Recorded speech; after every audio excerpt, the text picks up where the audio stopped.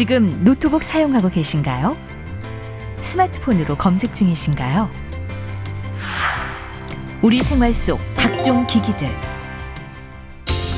이러한 기기들은 배터리 없이는 작동할 수 없다는 사실 알고 계신가요?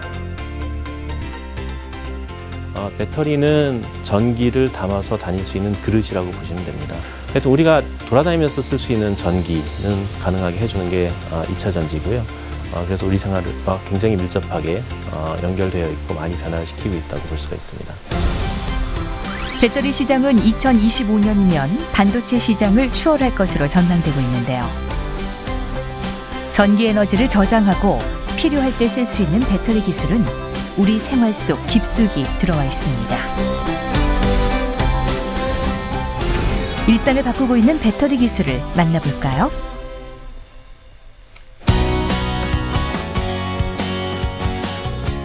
배터리의 발전은 자동차 시장의 변화를 불러왔습니다. 기름이 아닌 전기로 가는 자동차가 등장한 것이죠. 제주도는 전기차의 성지라 해도 과언이 아닙니다. 전국에 보급된 전기차 중 약 30%가 이곳 제주에 있죠. 저기 앞에 있네요. 6년째 전기차를 타고 있는 박용희 씨. 충전소를 찾아 배터리를 충전하는데요.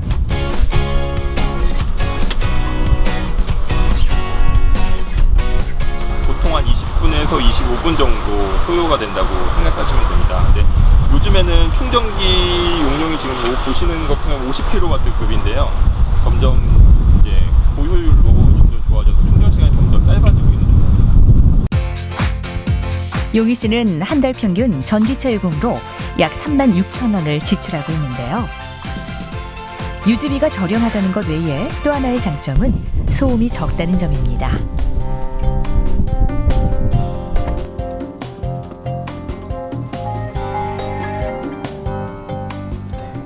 시동이 걸린 상태인데요. 시동에 걸렸는지 안 걸렸는지 이제 유저도 잘 모르는 경우가 있거든요. 그래서 대개는 뭐 모든 차종이 그런 건 아니지만 지금 요 계기판에 보면 녹색 그 차량이 이제 왔다 갔다 하는 마크가 있습니다. 그래서 저러면은 이동을 할 수 있는 그런 상태가 됐습니다. 국내 전기차 보급률은 증가하고 있습니다. 정부는 2022년까지 전기차 43만 대를 보급할 계획을 가지고 있죠. 이에 따라 배터리 기술도 발전하고 있는데요. 지금 나오는 차들이 보통 한 번 충전에 400km 이상 가는 충전기도 많고 차도 많고, 그다음에 충전기 같은 경우에는 지금 100kW급을 넘어서 이제 350kW급도 이제 충전기도 나오는 추세거든요. 그러면 그만큼 충전 시간이 많이 단축된다는 얘기여서 점점 전기차 타기는 좋아지는 세상이 될 것 같습니다. 더 작고 더 가볍고 에너지를 더 많이 저장할 수 있는 배터리. 그것이 바로 전기자동차 배터리의 조건인데요. 이를 만족시킬 수 있는 전지가 바로 대표적인 2차 전지인 리튬 이온 배터리입니다.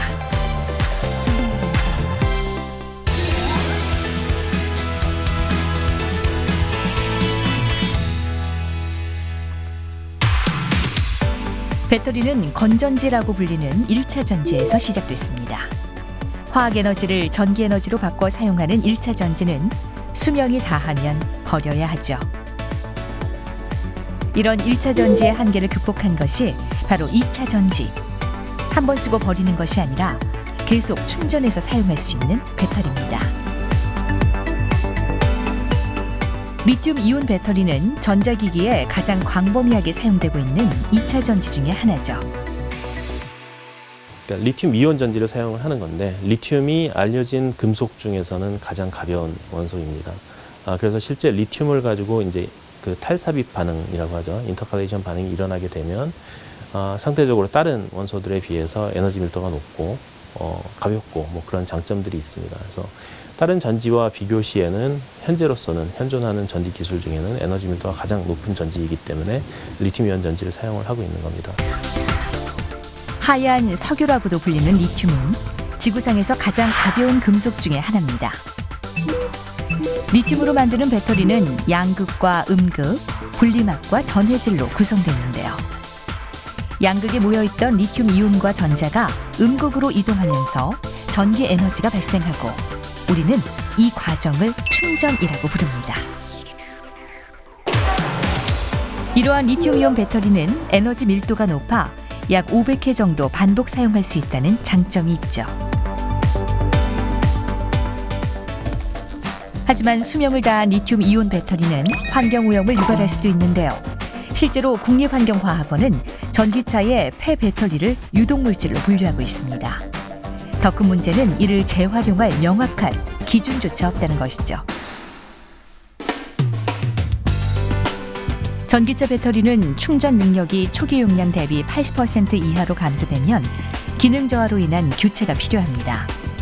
이곳에서는 전기차용으로는 부적합하지만 이미 사용한 폐배터리의 또 다른 활용법에 대해 연구하고 있습니다.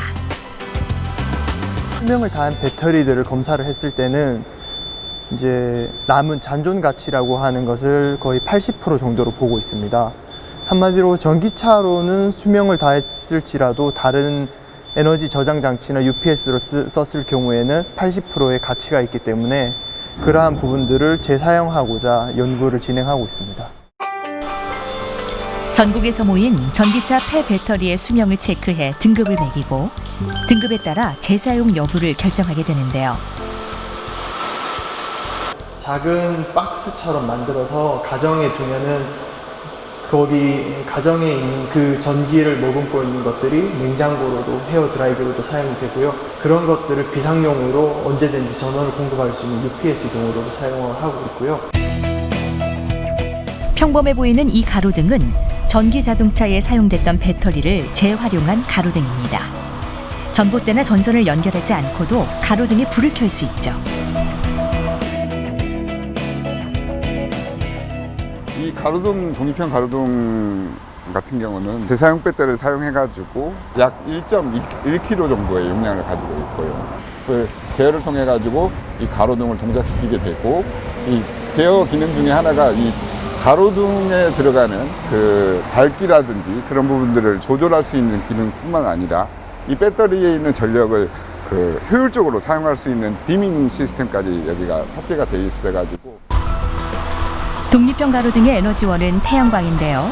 낮 시간 동안 태양광으로 충전한 전력을 배터리에 저장하고 일모 이후 등을 밝히는 거죠. 태양 에너지로 작동되는 독립형 가로등은 조명 제어 시스템까지 갖추고 있는데요. 시간 설정이나 물체의 움직임을 감지해 불빛의 밝기를 자동으로 조절할 수 있습니다. 오지나 그 산간 지역에 개통 연결 안 되는 올레길 같은 그 곳에다가 설치하는 가로등입니다. 전선 없이도 외진 도로를 밝힐 수 있는 독립형 태양광 가로등은 한번 충전해 놓으면 7일 이상 작동한다는데요. 그런데 이 태양광은 어떻게 전기 에너지로 바뀌는 걸까요? 이 생산된 전력을 지금 보시는 저기 하이브리드형 ESS에 저장이 되게 됩니다. 그 태양광에서 생산된 전력을 이쪽에는 전력 변환 장치를 통해 가지고 배터리로 저장을 하게 됩니다. 이 배터리 자체는 지금 전기자동차 재사용 배터리를 사용하고 있고요. 1kWh씩 총 4kWh를 그 용량을 가지고 있습니다. 전기자동차 배터리를 재활용한 에너지 저장 장치에 담을 수 있는 전력량은 약 4kW. 일반 가정의 반나절 사용량과 비슷한데요. 휴대전화 200대를 동시에 충전 가능한 양입니다.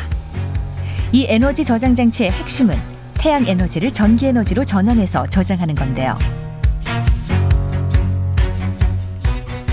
태양광이나 풍력 등 신재생 에너지를 미리 저장했다가 필요한 때에 사용할 수 있는 이 시스템은 차세대 전력망 구현을 위한 핵심 요소 중 하나입니다. 태양광에서 발전된 전력 자체는 그 어디에 담아놓지 않는다면 버려지게 되는 전력입니다.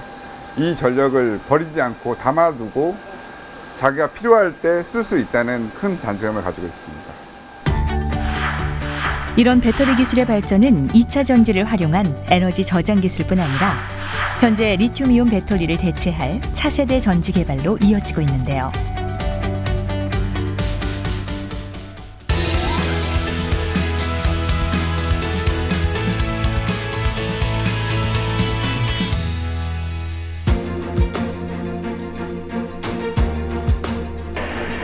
제작진은 차세대 전지를 개발하고 있는 한 연구원을 찾았습니다. 지금 무게를 재고 있는 것은 실제 실리콘 나노 분말입니다. 현재 상용화되고 있는 리튬이온 배터리는 흑연을 음극 소재로 사용하고 있습니다. 하지만 흑연 자체의 에너지 밀도가 낮아 배터리 효율을 높이는 데 한계가 있었는데요. 이런 단점을 극복하기 위해 이곳에서는 흑연보다 에너지 저장성이 좋은 실리콘을 차세대 음극 소재로 주목하고 있습니다. 네, 저렇게 걸러진 실리콘 탄소 복합체는 이렇게 분말 형태로 얻을 수가 있으며 최종적으로 700도의 열 처리 후에 저희가 리튬이온 전지용 음극 소재로 활용할 수 있습니다. 탄소 실리콘 복합 소재는 기존 흑연계 소재보다 수배 이상 높은 용량을 자랑합니다.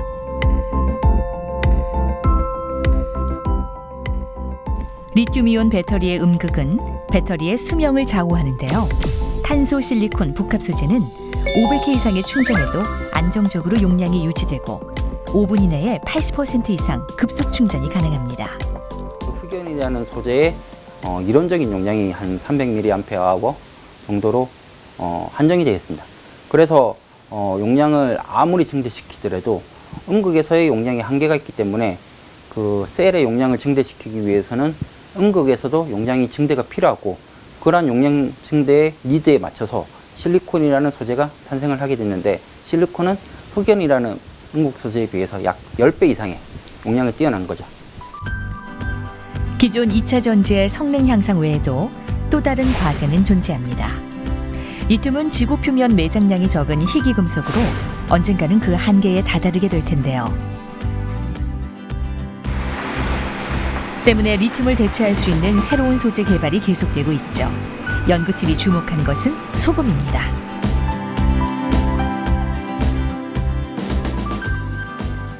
이거는 지금 NaCl을 전극 소재로 이용을 해서 거기에다가 도전제와 접착제 역할을 하는 PVDF를 넣어서 이걸 보시는 바와 같이 이렇게 스러리 형태로 잘 되게 됩니다. 연구팀이 개발한 것은 소금을 이용해 배터리를 만드는 기술.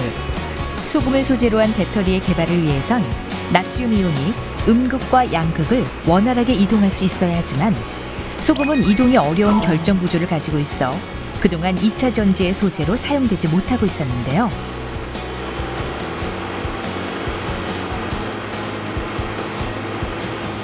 슬러리화 시키기 위한 용매가 같이 첨가되어 있는 상태여가지고요. 이 용매를 날려버리고 완전 건조시킨 상태에서 셀을 제조하려고 건조를 할 예정입니다. 이렇게 전기화학적 공정을 거치면 소금의 주요 성분인 염화 나트륨의 결정 구조가 바뀌면서 나트륨 이온이 쉽게 이동할 수 있는 빈자리가 생기게 되는데요.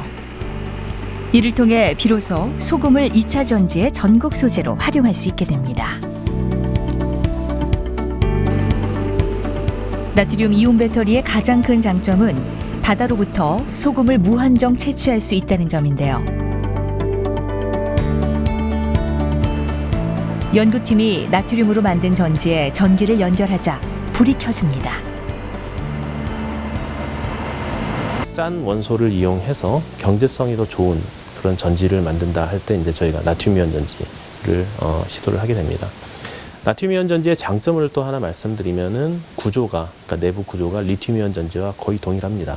그렇기 때문에 양극 소재, 음극 소재, 전해질 이런 소재들만 개발이 된다면 전지 제조 기술은 현재 사용되고 리튬이온 전지에 사용되고 있는 제조 기술을 거의 그대로 갖다 쓸 수 있지 않을까 생각을 하고 있습니다. 전기를 이용한 기기는 필수품이 됐습니다. 전기 에너지를 담는 배터리 기술의 발전을 통해 새로운 제품들이 등장하고 있는데요. 덕분에 우리는 일상생활 전반에 걸쳐 다양한 기기의 도움을 받을 수 있습니다. 배터리 기술의 발전은 우리 주변 모든 사물에 새로운 가능성을 불어넣고 있죠. 이차전지를 이용해서 많은 사람들이 도움을 받고 그렇지만 본인이 이차전지를 쓰는 거는 잘 모르는, 너무 우리 일상생활에 녹아 있어서 이차전지를 쓰고 있지만 잘 인식을 못하는 그런 시대가 오는 게 어쩌면 이차전지의 궁극적인 발전이 아닐까라고 생각을 합니다. 누구나 배터리 하나쯤은 가지고 다니는 요즘. 이제 배터리 없는 일상은 상상하기 힘든 세상이 됐습니다.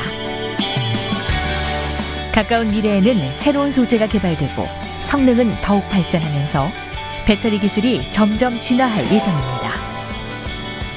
이 작은 배터리가 바꿀 우리의 미래가 기대되는 이유입니다.